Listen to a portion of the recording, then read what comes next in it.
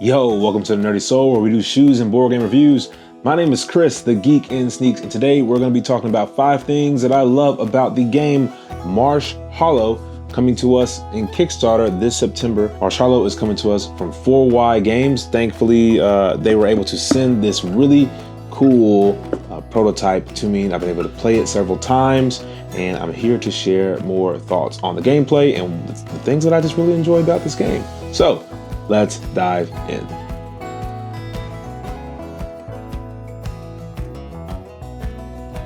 Now, like I said, Marsh Hallow is going to be coming to Kickstarter very soon for 4Y Games, and this game is sort of a flip and right where you're going to have transparent cards that you're able to flip over and then use those to build out your puzzle to save your marshmallow friends and family from being burned. Now, normally burning marshmallows is a good thing. We're sitting around having some s'mores. In this case, we need to save our marshmallow friends. So that's why I'm wearing my little marshmallow kind of fit today in honor of my friends that I'm trying to save. The first thing I really like about Marsh Hallow is its strategic puzzle that you're actually going to be playing every round. So this game lasts a total of 17 or 18-ish rounds, really. It's 18 because you start out, but then there's 17 subsequent rounds. And in these rounds, you're going to be having a transparent card that you draw, and then you're using that in a polyomino kind of thing where you've got these squares and you're building out the grid. You're running, trying to put out fire. So you have a certain amount of water in your inventory and water guns, and you're trying to save marshmallows by putting out the fire. All the while, you've got groups of marshmallows that are worshiping this fire. So every round, this intensity is ramping up unless you're able to put out the fires. The cool twist with this is normally in these type of games, you have to play orthogonally. That's left, right, up, and down. In this game, every time you add to your grid, you actually must add diagonally. So you're connecting corners, which means you can cover more ground, but it adds a cool little twist. I've never really played a lot of games that focus primarily on diagonally instead of orthogonally. And I think that's a really great twist. It really makes me excited to play every time. It makes the puzzle really good. You have to be willing to sacrifice different things in the game.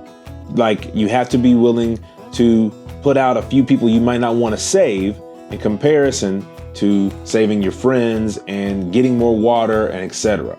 So I don't want to go too far without explaining the lore of the game because it makes a little bit more sense when you understand that. So my number 2 is the lore of this game.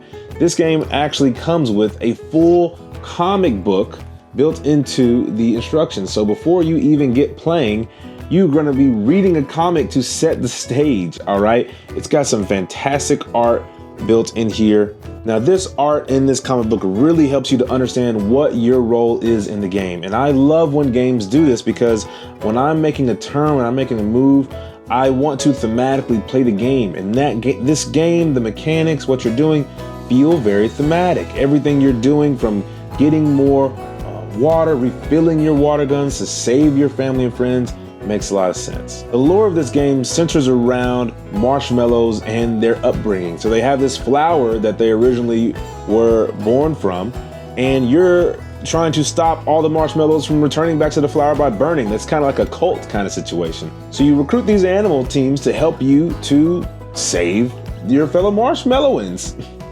your mallows. They're helping you save your fellow mallows. And I love that theme. The art in this is really, really great. And so I'm a big fan of everything that this game is doing lore-wise. Number 3, you've got a lot of variability built into this game based off the fact that when you start the game, you draw out 3 cards. These 3 cards are going to have 3 different mallows, these marshmallow people on them. You are going to circle all 3 of those, and that's going to be the family you're trying to save in the game. So of all the cards, you're going to get 3 random ones. They could be close together. They could be on the opposite ends of the map. I mean, who knows? And I love that every time is going to feel very different. What's really cool though is this map has tons of different marshmallows. Every one is individually different. So you might pull 2 cards. You're not going to have the same 2 marshmallow people on it.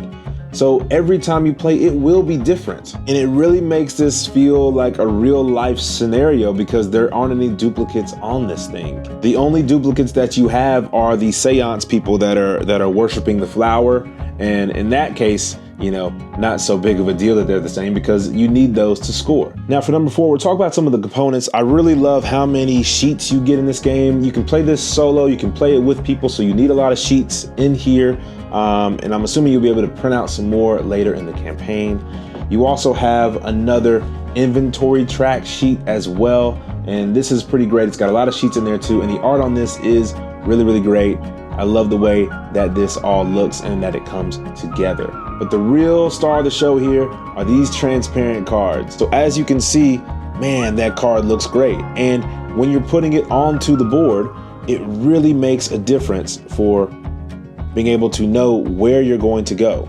So as you can see in all these transparent cards, these are the friends that you have recruited. You've got some really great artwork. Now, obviously, when you're playing the game, your focus is on the grid that you're playing. So it's a little hard sometimes to just take a minute and look at the art, but I would highly suggest you do that because the art on these cards is next level good. And all these are in here, and you've got a little bit of variation on all these transparent cards. So really great job with the production on this game. Even for a prototype, this is really, really, really great. Number 5, let's talk about the differences between playing solo and playing cooperatively with other people. So when you're playing solo, you're gonna have your own map, you're gonna have your own inventory thing, and you're kind of doing your own solo puzzle. But there's a lot going on. So I love playing this solo. I play a lot of solo games. I mean, every time you play this, it's gonna be a very different experience. And you have to be willing to change the way you play every time because depending upon where you are, you need to meet those scoring conditions. In group play and co-op play, you're able to help each other out by doing certain things and achieving certain things on your map. So if you're able to cover up a slingshot, then you can get water balloons, you can launch them into someone else's area. You're able to call upon the spirits of the forest and do cool interactions with each other to help you out and achieve your goals. For instance, you can bang on the table and you can be able to move one square around. You can do a quake. If you pitter patter your fingers on the table, you're going to do a rain, which allows you to refill a water bottle, giving you more times that you can save people. You're only going to do those things one time, but it really can save your game. At the end of the game, however far the intensity track went up, you're going to count that number and you're going to compare it to however much water you have. That includes water in your water guns, that includes water bottles. You can visit tents to get more water bottles. If you're able to visit all 3 different ponds to refill your water bottles, then you kind of have this super soaker that has tons of water in it. You compare both of those numbers. So let's say that you had 16 water left, but the intensity track went all the way to 150. You add a 0 to the back end of however much water you had left. So let's say that you had 16 again, then you'd have 160 compared to 150. So you would win the game. But you also have to accomplish a few other things. You must have saved all 3 of your family members. You also had to have covered up some part of the top area of the map, which is where the big shrine is. And so if you're able to do all these different things, you can win the game. If you didn't, then you lose. And it's pretty straightforward. And everyone's going up in flames. I really enjoyed playing Marsh Hallow. I think for me, this is more of a solo game. I really enjoy doing this solo. I would totally find a way to scale this sucker down, take it with me on a plane and play as I'm traveling. This, along with other really cool solo games, I mean, I really can't wait to have this full time, and I hope that more content for this game is developed because it does feel very satisfying to play and try to figure out this cool puzzle. Let me know in the comments how you feel about this theme, how you feel about this artwork. I mean, look at the back of that box. I mean, that is killer, right? That is really, really cool. Check out the Kickstarter link in the description below and go support some really great creative people over at 4Y Games. Until next time, remember, kick back and play.